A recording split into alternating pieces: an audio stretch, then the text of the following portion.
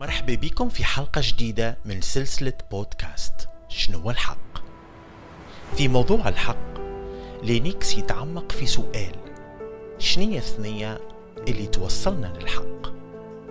مثلا كيف العلموية ساينتزم اللي تحصر الطريق للحق في الأساليب العلمية كإجابة على العالم والواقع، ويقول أنه هذا مش كافي لأنه الحق أكثر من مجرد حاجة.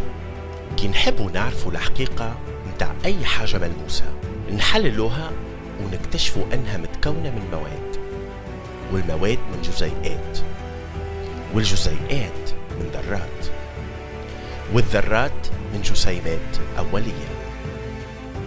وفي الآخر يبقى السؤال: شنو الحقيقة متاع الجسيمات هذه؟ هل فما إجابة؟ لكن السؤال الأهم هوني: هل السلسلة هذه متاع الأسئلة تمشي للمالانهاية؟ هل لها حل؟ هل لها أصل؟ هل لها سبب وجود؟ هل توصلنا للحق؟ نتلقاو الحلقة الجاية. ربي معكم.